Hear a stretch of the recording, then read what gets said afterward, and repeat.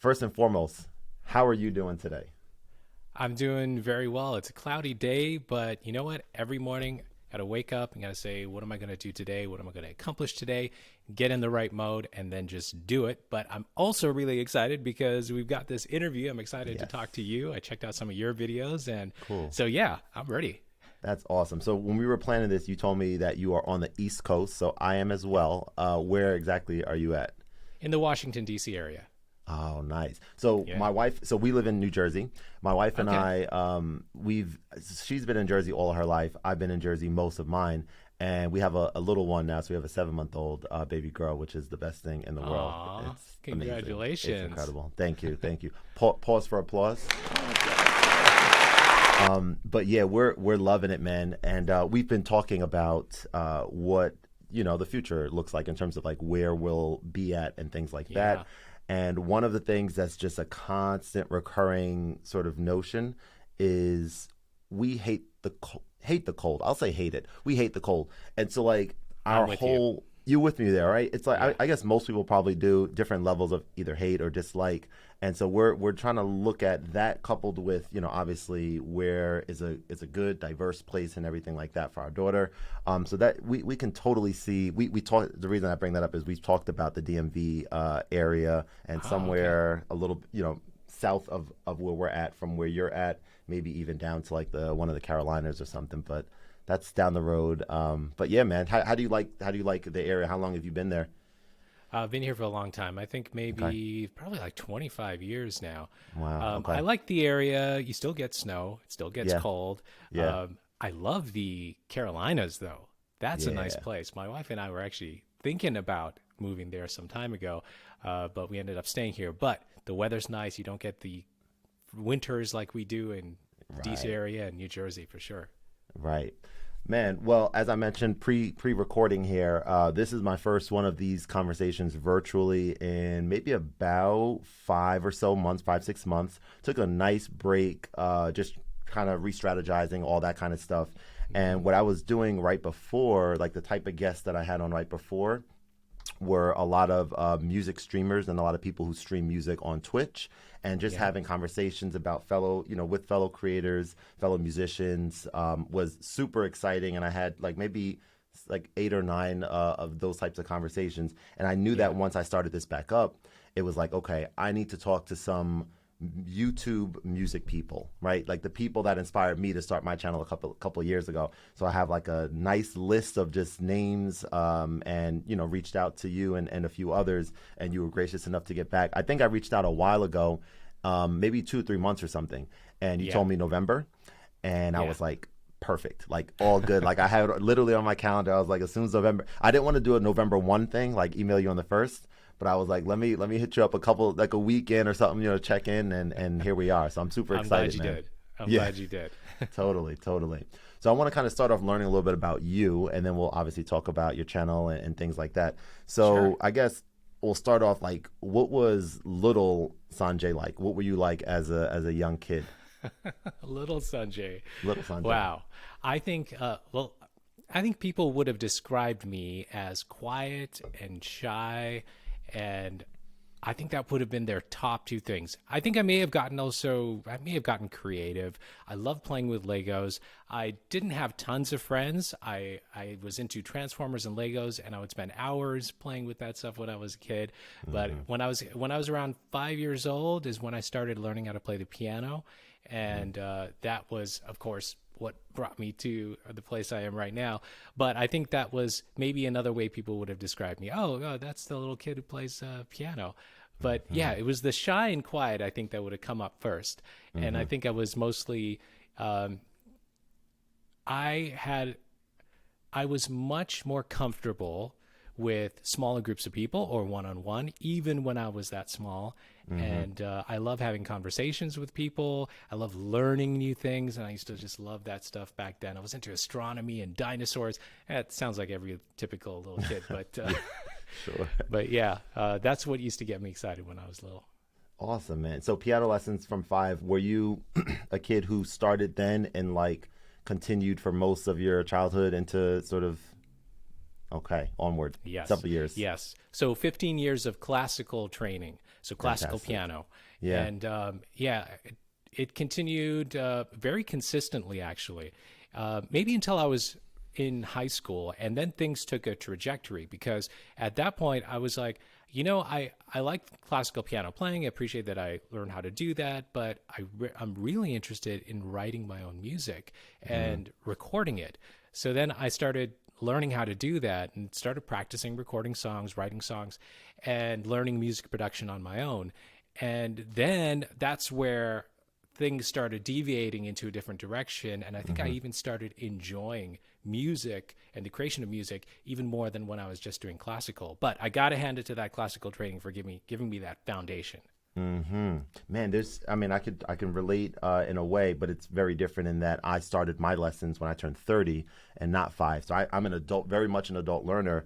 And I have, it sounds like I didn't even realize the classical background that you had as well. But I love just sitting down at a piano and just playing a classical piece. That's probably, it's just so fun. It's just when you know it and you play it, especially when you haven't played it in a while and you're like, all right, let me go ahead and like try to relearn this. And then it kind of just comes sometimes a little bit slower, but it's like, it's almost magical how powerful music is, right? So And cool. I think, what you're saying is sparking something in me.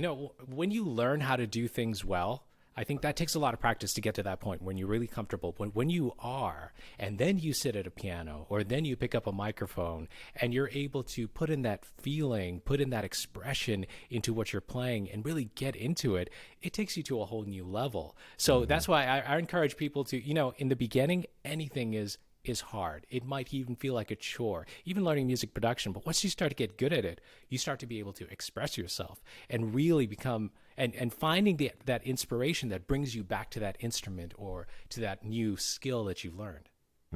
That's so true. So we got classical, we have music production as a phase, or I don't know if that's the right word, but a time frame where you were kind of focused on that, on making your own music. And what kind of stuff were you using? Mostly hardware? Were you using a specific DAW? Well, I got started before, well, I don't think it was before DAWs, but back when Cubasis was a thing, when it was like you were sequencing MIDI on a computer, and that was about all that computers could handle.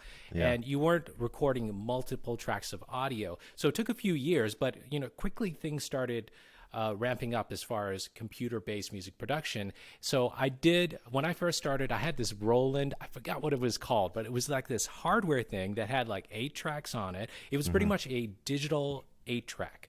So if you remember those really old tape-based 8-track recorders, I've actually recorded songs on that too. But my first real serious machine was this Roland digital 8-track. And I actually recorded a whole album on that.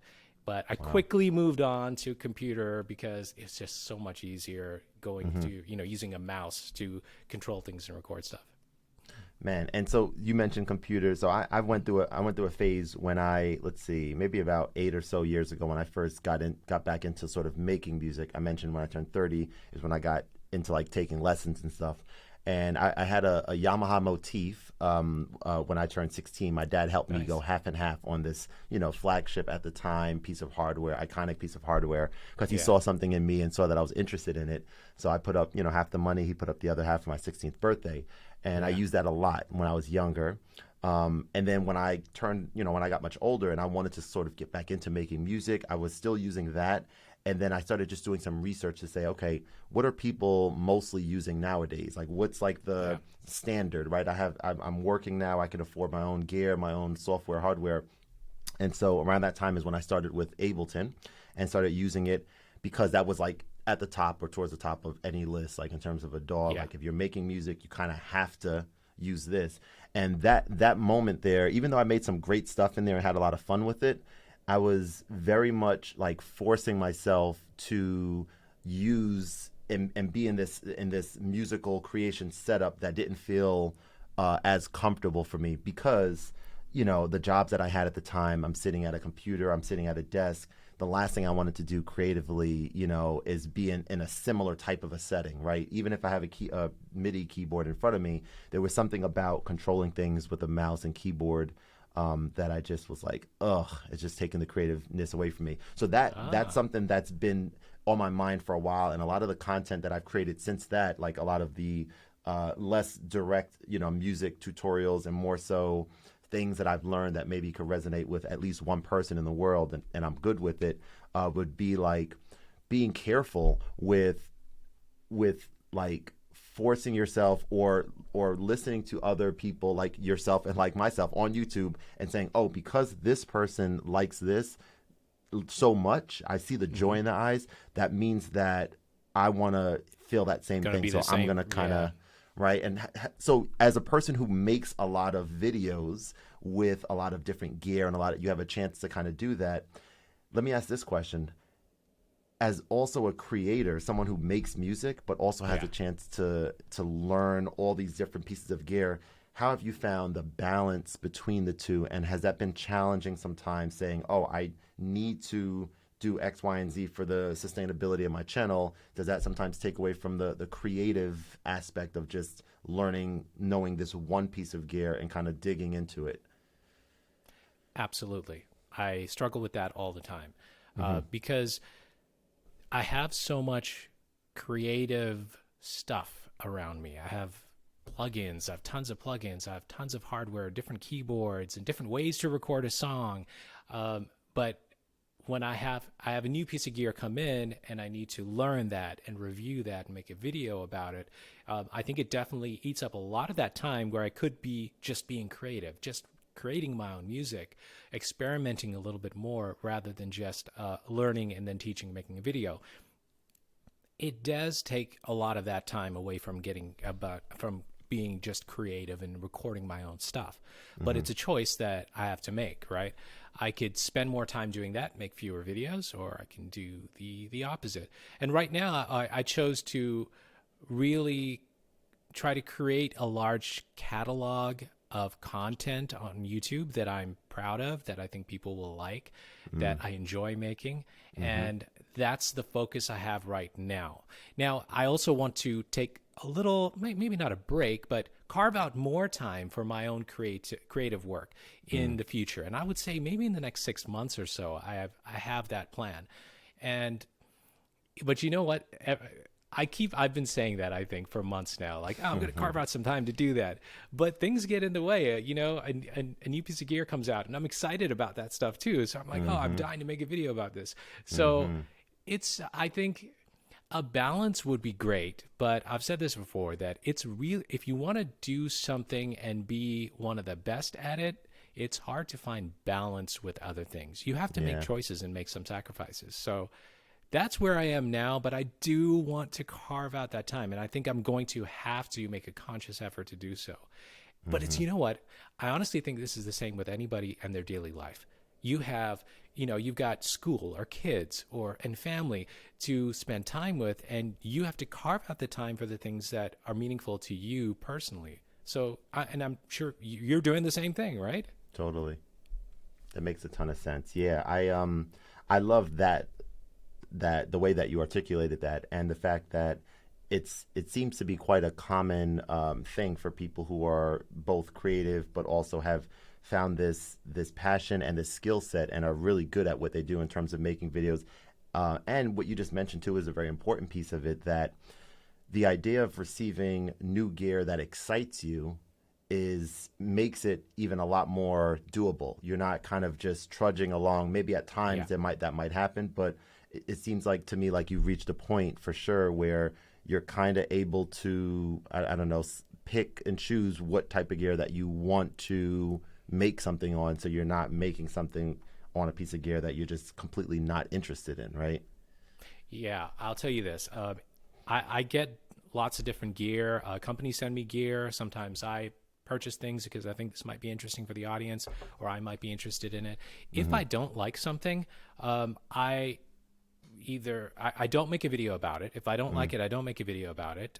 Sometimes if the company has sent it to me, I'll give them feedback directly. I'll say, these are the problems I had with it. I don't think I'm going to make a video. Or sometimes it's just a creative decision. I feel like, I can't think of an interesting way to present this to my audience. So, I don't want to, phone it in and just do whatever. Let me send it back to you. If I think of something later, maybe we can do something. So I'm making a decision based on things I like, things I find useful, but more importantly, and I think primarily, it's how can I make something that's valuable to my viewers? How can I create a piece of content that I know people are going to want to watch, and then after they watch it, they're going to feel like I learned something. That was time well spent. So that's really my primary focus. Even if I find something that I really love and have fun with, like I've got a bunch of keyboards here I love playing, I haven't made a video about it because I don't think I don't think it would resonate with my core audience. I don't think it's something that they are really looking to watch right now on my channel. So I have to make those choices sometimes. That's huge. Your audience, knowing who your audience is, and having a good pulse on what they're interested in. That's super important. I mean, I think like when you look at the platform on YouTube, for example, kind of let me ask this question: kind of what got you, like, what was that initial time frame X years ago when you kind of first started on YouTube? What was that process like for you? Were you watching a lot of YouTube at the time and some other people who make videos and you're like, whoa, this seems like really cool, really interesting? Was that the driving force, or was it that in combination with anything else? I think, yes, I was watching a lot of YouTube. So this was about 4 or 5 years ago. And I was like watching a lot of YouTube. I appreciated what I watched, and I experimented it in the beginning. I tried, I did a few tech reviews. I think those are kind of similar to what I do today. So it was just, I forgot what it was. It was, I think I reviewed the Amazon Echo Dot when it first came out. Gotcha. And I put that out there, and it got some interest. It got some views. And more importantly, I was interested in it. So I'm a gadget guy, so I was interested in it, and I think I brought some value to the people who watched that video. So I said, well, what can I do this on that I could keep generating content on, and that was kind of special to me? The reason I chose music was, one, because I've learned a lot in the music space, in music production, and I'm interested in it. And I needed a motivator to keep me learning and keep me improving my skills in music production. I said, well, let me put a video out there. I'll learn something new and then share that in video form. And that'll keep me motivated to keep on learning and keep on sharing. So it'll just be this cycle that forces me to keep learning and also gets me creating new content. Very cool. So when you look at like the past several months on YouTube, on the platform, I've seen a really interesting, really interesting, just constant release of really dope updates to the platform, in my view. The handles that just came out recently, which maybe we'll talk about that for a second to start with. In my view, having a handle, first of all, for like bigger, YouTube creators, to avoid not plagiarism, but what's the word, like fraud and people creating duplicate accounts and stuff like that. That's something that I think a lot of people are excited about. But in addition to that, I'm wondering, like, say if I'm watching a video and I'm like, oh shoot, like Sanjay might enjoy this, or I want to like start a conversation or a dialogue with you, but maybe others might enjoy it. Instead of texting you a link to that video and we talk about it a little bit, I expect that I'll be able to tag you in the comments section, even if you're not yet engaged in that section, and then you get notified, and then we can kind of like build community, start a dialogue and stuff. I'm excited about that. Have you given thought, like, in terms of like what you think this might mean for the platform and like for growth and for like community building and stuff? It's interesting you mentioned handles, and I haven't even given it as much thought as you have, actually. So I think that's kind of interesting, especially the community aspect that you were just talking about, because you could watch some other video and say, I have a feeling Sanjay C would enjoy this. Let me comment and tag him. I need to explore the possibilities a bit more. I think I wouldn't say it's a game changer for what I do, because I'm so focused on creating the video the next piece of content, and that's such a huge focus for me. And the music, on the music side, that I don't know. It's been a while since I've gotten really excited about new YouTube features. I will tell you one that is starting to interest me more. It's shorts. And shorts have been around for a little while now, but it's still one of those kind of newer features, and a lot of channels aren't even doing shorts that much. But I think it's interesting just because it's a new way to deliver content. It's a different way. Yeah, YouTube Shorts are one of those features that I think allows you to provide your message in a different way, to package your content in a much different way. And I think it's forcing me to think differently about how people are consuming information. I have a Saturday news report video that I release every Saturday. So it's on any new thing that has come out in the past week in the music gear and music production world. So if I don't know, I'm using an Earthworks mic. Okay, so Earthworks has come out with a new microphone, then I might talk a little bit about that. But in the same video, I'm also talking about a new plugin that Baby Audio came out with. So it's that type of program. And right now I have it in this 8 to 10 minute long video, but maybe people want to consume that in smaller chunks. So now I'm starting to think, could I actually do short news segments rather than in a long form video, but in YouTube Shorts? And that might work, and maybe people will would prefer to consume that content that way. So yeah, I think this comes with experimentation and making time to experiment with these things. But I like your idea with the handles. I'm going to have to research that a little bit more too, to see how I can better use those. Absolutely, man. Yeah, these tools are like, it's important to like be aware of them, and then like you said, to carve out time, but not necessarily, I guess, dive in head first if you have something that's working for you already. When you mentioned shorts, I kind of, my face lit up a little bit, because right now I'm in a space where I'm loving two things. Well, two specific things that I'm kind of doing on the shorts front. One of them is another update that people have been asking for quite a while, that they just put out, is now on any channel, they separate your videos, your lives, and your shorts. Right? Yes. So if I go to your channel now and I can quickly and easily click shorts, I can see all your shorts in chronological order, and I can hit that popular button to see your most popular short. To me, that's that's almost like game changing. I love the fact that that's there.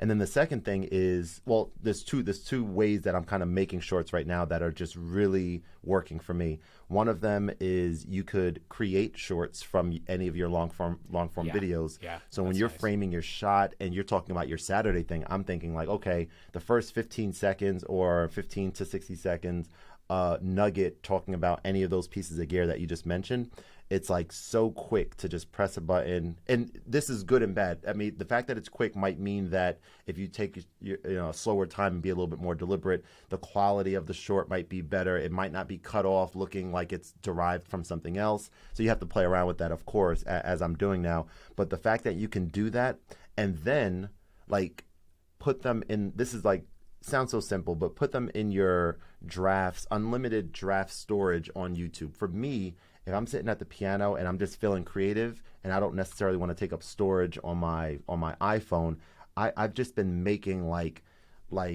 back to back shorts in draft, and I'm feeling creative in that moment, but I don't want to release them all. Now I have just endless. So it's like, and we know that these get pushed like a different way than a regular video.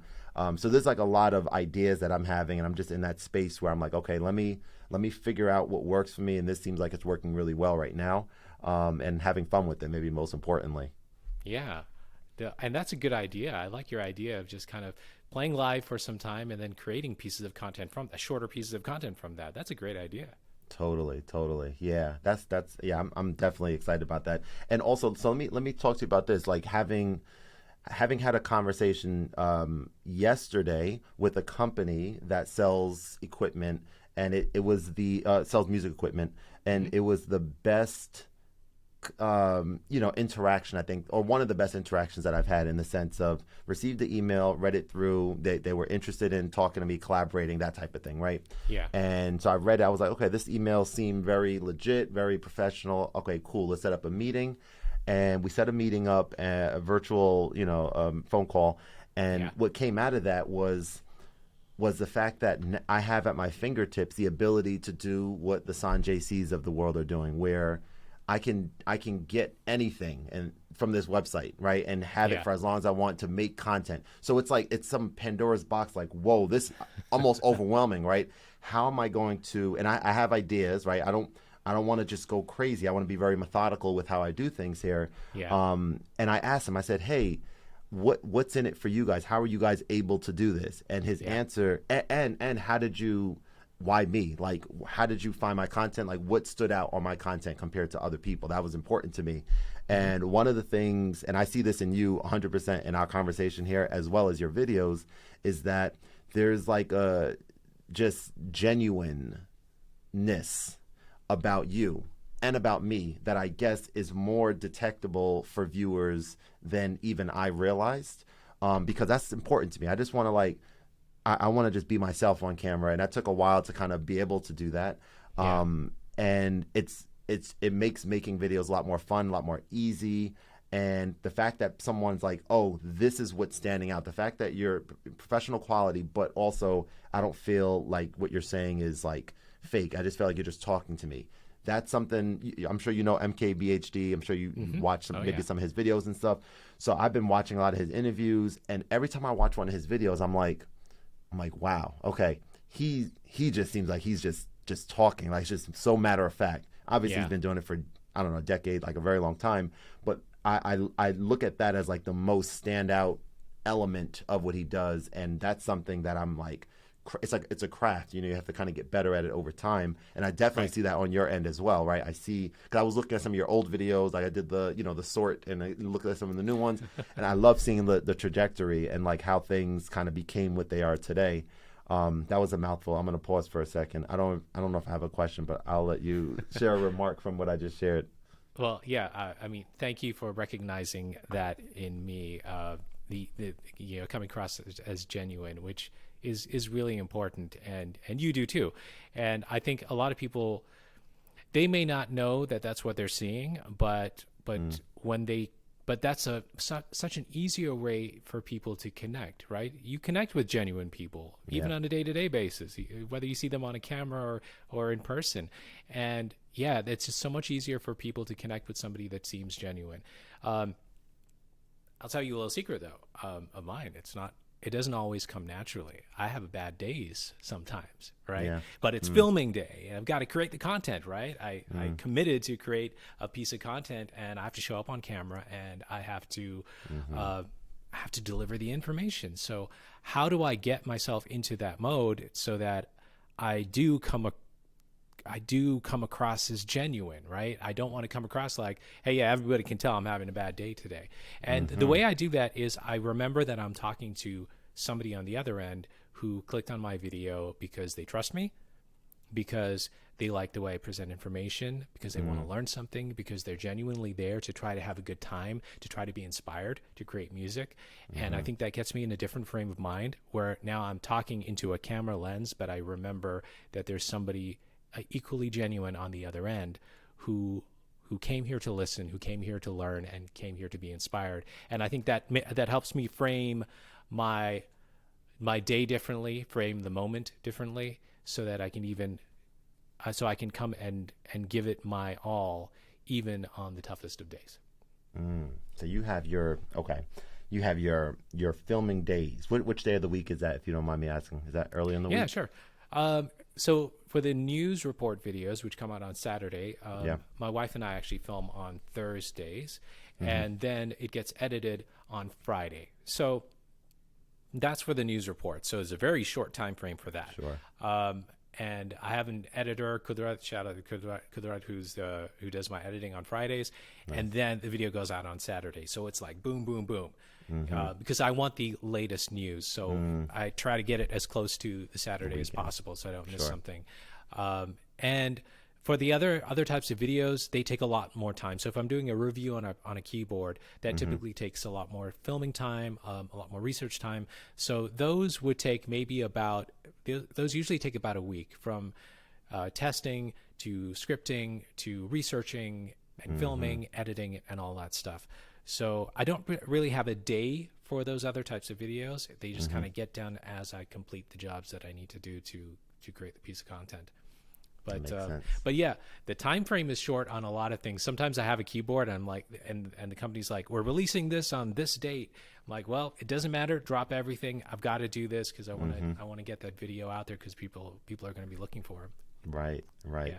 We got to take a quick second to appreciate this backdrop, this whole vibe here. So you got the backdrop with like your desk, but your desk is not where you're sitting facing. You're facing me. So like, what's on here? What's over here from you? Do you have like just a laptop there for like these types of recordings, or like talk to me about that?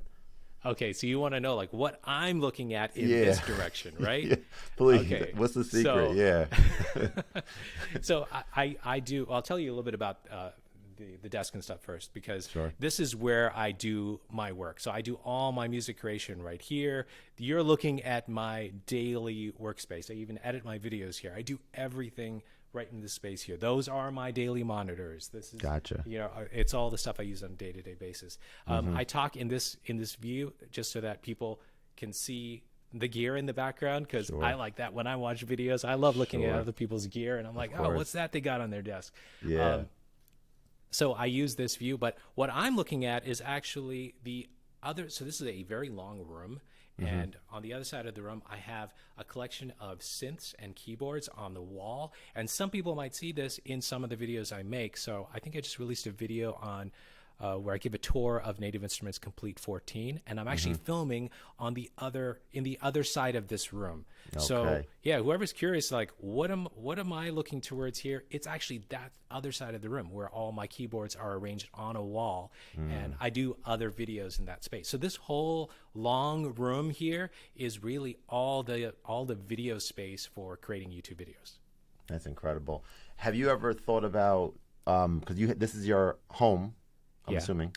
Yes. Like having the space outside the home. Do you like having a space in the house where it's like this is your creative space, and then outside of this room, I'm sure is like other house stuff, of course. But like, is this is something that you like locked in on, and this works? It sounds like works super well for you, right? Yeah, at this point, it really does. One of the big reasons is I like being close to my wife when whatever she's doing. So a few steps away is the kitchen, is our family room where my wife is making lunch, or maybe she's watching something on TV, whatever it is, she's close by. I love being close to her. And by the way, she's in every one of the news report videos on every Saturday. She finds independent artists to feature in my videos, which is a huge thing that my audience loves, because it gives them a chance to share their music. She goes and finds them on Instagram. They tag their music with Sanjay C News, and she finds them. She curates that music. She finds the stuff that we feature in the videos. So big shout out to her for that huge job she does. But that's not all she does. She helps me with the business, with other videos. We do unboxings. But anyway, so yes, but whatever it is, whatever she's doing, I love that she's close by. So being in the house rather than having a space where I have to go to work or go to the YouTube studio, I prefer that. And it just gives me a chance to be around my pets too. I have a dog and cat, so it's like nice. I'm in a nice, comfortable space. And if I ever need to take a break, it's just go to the other room, hang out with my wife and my pets, and then come back to work. That's incredible, man. I love that, and the idea of the featuring independent artists. Like when you think about what is it that people like me or other people who make music or other people who are creators, like what is towards the top of the list of importance to them is for their stuff that they're passionate about to have an audience, to possibly reach someone. And so you got some ideas going here too, because that's something that it makes so much sense. It keeps people like excited, as well as like a place where others can also discover people that you guys deem like, oh, this is really interesting, or this sounds super creative. Like this is who we're going to highlight this week. That gives your audience a chance to discover someone new as well. Exactly. I'm a tag you guys one day. I'm a tag out for sure. Yes, do it. Do it. For sure, yes. man. Follow me on Instagram at Sanjay C. Tag Sanjay C News, and Dorothy will find you. Yeah, that's really cool. So social media, the balance, like the challenges as creators, when you release a video, I don't know if you're in a space where you have the YouTube video released, are there a lot of other steps, the first part of the question, that you need to do in terms of, oh, now I need to create a trailer for Instagram, and I need to post it over here on Reddit and on Facebook. Do you kind of do all that, or is your stuff on YouTube like at a point where you can kind of just share it on YouTube and your audience is what it is, that it'll get kind of shared with the right people there? So I do a little bit of all of that stuff. So actually, I should say Dorothy manages the sharing on social media aspect of things, sharing on other social media like Instagram, okay, Twitter, and things like that. So after a video goes live, I know that 90% of the views and people who find that video are going to come directly from YouTube. So YouTube is going to suggest that video, and my subscribers will see it pop up in their feed, and then they click on it and watch it. I do use Instagram for, just to notify people that, hey, a new video is up, but I don't think that the majority of views come from that way. So we also try to share other things from our life on Instagram. So you get a peek into maybe my personal life. You get to see where my wife and I are having dinner one night. So I think they're different things, but I still do use Instagram to kind of say, hey, guys, new video's up. Go check it out. Yeah. That makes sense. I don't know. I think the way YouTube is working these days is most of those views, most of the people who find your content are coming there directly from the YouTube platform, not from outside.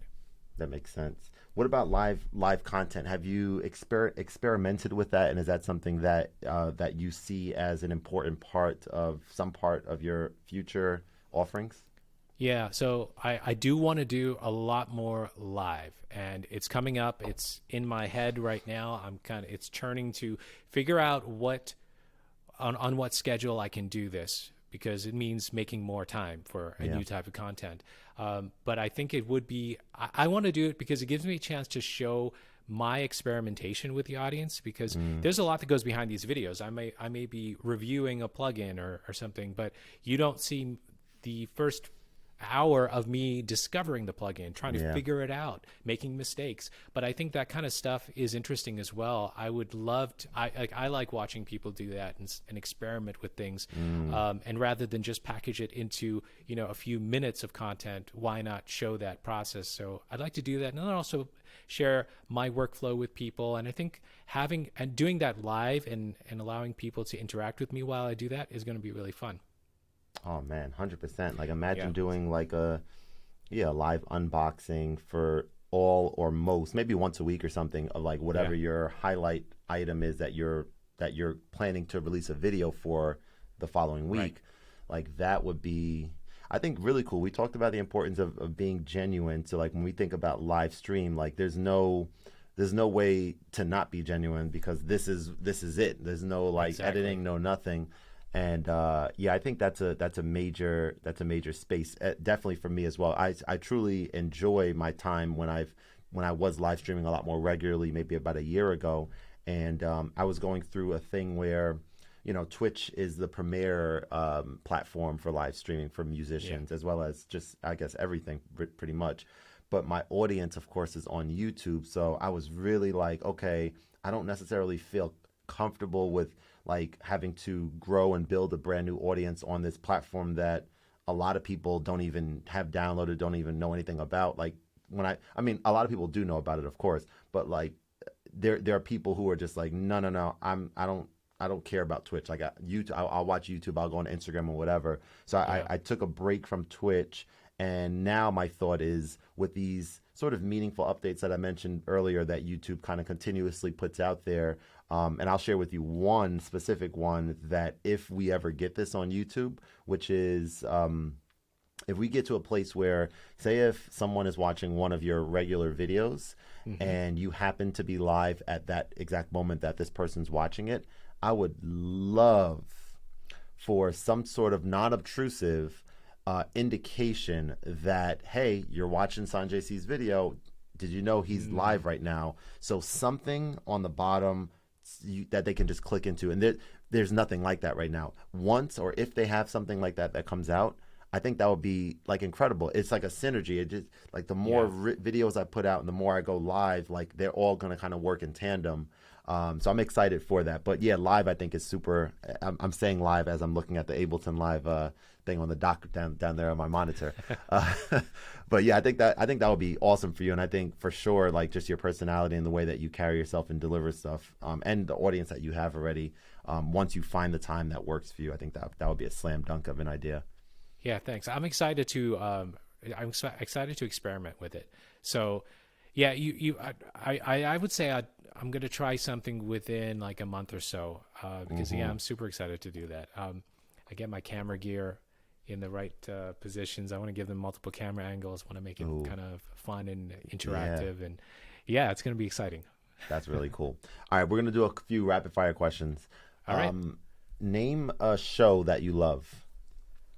Oh, okay. The first thing that's coming to mind is Curb Your Enthusiasm. Oh, yes. My man. That's a good show right there.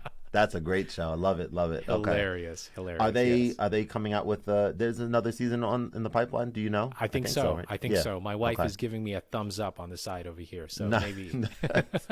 Awesome. Tell her I said hello. Hey. That's really cool. That's a great show. Did you watch Seinfeld as well? Or some of it? Yes, but I think I was watching Seinfeld on and off. I had to catch up after, so it was not as religious in my in watching it as I was with Curb Your Enthusiasm. Yeah. Oh my goodness, Larry David just genius. Yeah. Just says whatever's on his mind. Like why can't we do that? Like if we're out somewhere, we're like whatever's on his mind, he just says. And maybe part of his character is fake, but I think part of it is quite real as well. I think that's where it's kind of derived from, what makes it so funny. I just love that idea of just whatever, and just like I try to do that sometimes, and I'm like, no, this doesn't feel right for me. It clashes with who I am, But it's so funny. And if you do, you're going to get in as much trouble as he usually does in those episodes, anyway. So true. All right, next rapid fire question. Name a place that you've visited that you love. Tokyo, Japan. Ooh, my favorite city in the world. Man, how long ago? I've been there 5 times. It's been amazing every time. So there's a lot I like about Tokyo, but I'll name like the top few things. There is something about the culture that is so peaceful and polite, and like everybody is trying to live in a nice this nice synergy of peace. And I guess there's no other way. It's kind of strange though, because I don't speak Japanese. I go there and just walking around the city, and a lot of people there don't speak English, or they don't like to speak English, and not as comfortable with it. So I'm by myself a lot, or with my wife a lot, and we're kind of just in our own bubble in the city. But everything around us seems peaceful, and it's also a great place for music and fashion, and those people there are fearless when it comes to fashion, and I love that. So cool. That's definitely on my list. Haven't been there 5 times. Wow, that's really incredible. So you travel somewhat often, or pretty often? Yeah, of course. Before the pandemic, my wife and I used to travel a lot. So Tokyo, Istanbul, we love Istanbul, Turkey a lot too, and we've been to quite a few places. We love traveling. That's awesome. Have you been to Greece? Yes, we went to Greece. We were actually there on a Mediterranean cruise. So we were taking like the stops. It was the Greek Isle tour. So we'd stop at an island, spend the day there, and then we'd have to get back on the cruise ship. But we loved it. That's beautiful. We were in Santorini, unbelievably beautiful place. God. That's where that's my answer to the question would be Greece. We went there for our honeymoon, which was a year after we got married, because we had a destination wedding. So we took a year and then went there, and I don't know if I'll ever see a place that beautiful. Hopefully somewhere that comes close. It was incredible. You know what? We were watching something. Have you heard of this show called White Lotus before on HBO Max? Yes. Okay. I'm obsessed with it. We both are obsessed with it. And they're in, I believe, Italy for the 2nd season. Okay. And we were watching it, and an area there, like on that sort of cliff area where there's like a lot of like houses and buildings and stuff. Yeah. It reminded us of Greece. and my wife was Oh just yeah. reminded of this really just iconic moment. And you said you have a dog, so maybe you'll even appreciate this more. We were walking at this like amazing, like the blue top white buildings and stuff like that area on the pier. Yeah. That's not the right word, the pier, but yeah. And I think you know what I'm kind of describing, where the views are just beautiful everywhere you turn to, and we're walking, and we just look over, and right on the cliff, there's like a stray dog that's just sitting on the cliff, but looking out and just taking in the beautiful view, I imagine, the same way that we were. And I Yeah. was like, it was just so cool. And like, he couldn't be bothered with anyone. It's like, this is all that mattered to him or her at the moment. Yeah. I was like, wow, this is like one of those mental snapshot kind of moments, you know? Yeah. I mean, to be able to have the chance to go and see these places, like we saw it in pictures before we went, and we're like, there's no way this place looks like this in person. But to be there and to see it in person, to be like, wow, this is truly maybe even better than we imagined. Yeah. So you're lucky to have seen it too. Oh yeah, for sure. All right, and then I'm gonna ask the last question here, just about something that's pretty important with regards to sort of the balance, being a Yeah. creator, being an entrepreneur, having passion for what you do, where maybe sometimes, it just feels like more time is being put in one area than another area in your life, and trying to find that balance. You're blessed to have your wife sort of be a part of what you're doing, so there's like that synergy Sure. there. But if you can just take a moment, just about how you find the balance, like how do you find a system that works for you and your family? To balance all this stuff, it took a lot of time to come to a point where I I think my wife and I are comfortable with how much work goes into this and how to divide up our days and hours so that it not just makes sense for the channel, because it's it's something that's important to the both of us. It's something that we're doing as a side business right now, and also the rest of our lives, and the important time that we need to spend together or doing other things, and enjoying other stuff. I think it's come to a point now where I'm trying to get into a rhythm so that it leaves time and space for other things. And but I always go back to this. I've said this in previous interviews, and I also said it in one of my videos on my channel, that I think when if you want something to be really, really special, if you want to go above and beyond and achieve above and beyond, you're going to have to tip the scales, and you will be unbalanced a bit.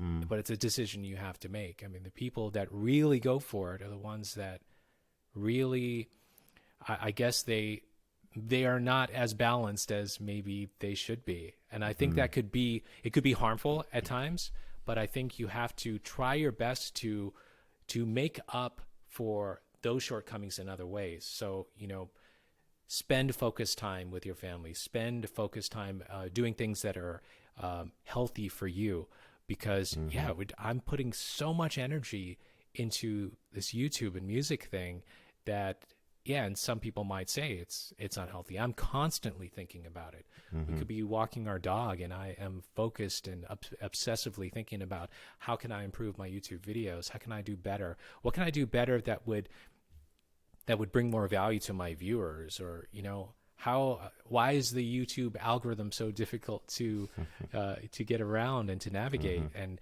all that stuff goes through my head constantly, and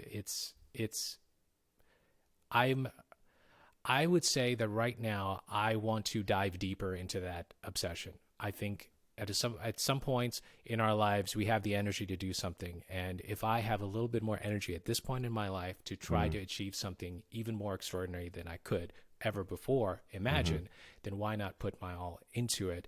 And that's what I really want to do. Ladies and gentlemen, Sanjay C. That was incredible, man. Yeah, I love that perspective so much. That's so good. Wow. All right. Thank you. Let that resonate. Let that resonate a little bit. I'm so excited to appreciative of you taking the time out, and excited to share conversations like this. Again, like, my main thing is, like, if this reaches just one person, it's going to reach more than one. Hopefully, we don't know how the algorithm works. Maybe it will. But if it reaches like one person where it's like where it's powerful, like not in terms of the views, but like it actually Makes like, a difference. Makes to a them. difference. Yes, Yeah. exactly. That's why I love doing this, these conversations, and yeah, man. Just want to say thanks so much. And what do you have going on the rest of the day today? Any plans? Yes, I'm going to be creating YouTube content today. I'm actually, Today is I'm Friday. so today's Friday. So Yep. tomorrow, the Saturday News Report video comes out, and I'm featuring a new plugin in that video. So I'm doing a little bit of learning, a little bit of recording, so I can demo this plugin for my viewers. So I'm going to be doing that today, and then packaging that up. I'll get the video from my editor, do the last few things I need to do on it, and then the video comes out tomorrow. But hey, thank you for inviting me onto this and for having me, because you asked some great questions and I really enjoyed our conversation. Oh, thank you so much, man. I appreciate those words. We'll definitely be in touch. I'm gonna tag you guys on Instagram like we talked about earlier. Get my music on there one day. Nice. That's Yes, the goal. do it. That's the plan. Do it. Everybody do that. Get your music out there. I know it's scary sometimes, but it's Yeah. just that one step of putting your things out there, and that's the first step at finding your audience. Do it. Yeah. 100%. I'm working on. Let me just read you a couple of these titles just so you can see what Sure. I have going on. So I'm working on an album for my daughter. It is a mostly instrumental album. Okay. And I'm just gonna read just a couple names. My daughter's Sure. name is Kayla. So the first track is called "Dear Kayla." It's a track where my wife is reading some of the well wishes that we received at the baby shower Oh, over that's one so of my cool. instrumentals. Right. So a message That's to her. so cool. Track 2 is "I Need a Girl," because she's a girl, and leading up into us finding out what we were having, I was just having this, I don't know where it was coming from, but this like, I prefer having a baby daughter for some reason. I didn't know where it was Yeah. coming from, and God blessed us with exactly that. Wow. Induced labor. The BPM for the song is my wife's heart rate at the time that she was giving birth. Oh. Player 3 has entered the game. It's like a video game sounding, This So is I got creative stuff. I'm so excited, man. Like it's almost, you can see it there. It's almost Yeah. done. And I'm ecstatic. It's gonna be the second best thing I ever created. Second best. It's going Behind, to be of really course, Kayla. special when she gets older and she listens to it. You could tell her the story of you putting this Oh, creative man. piece of art together Yes. in her name and for her. She's going to love that. Oh man, I cannot wait. I'm so excited for it. Just wanted to share that with you. I knew you would appreciate that because I do. you're a fellow creative. So I thought that would be cool to share. Man, Wow. have a I great can't wait rest. to hear it. Oh, you'll get an email. You will get Okay, the cool. email when it Good. is on Bandcamp and when it is on streaming services. Nice. Absolutely. I look forward to that. Hope you have a great rest of the day. Thanks again for your time, man. Thank you. So nice talking to you.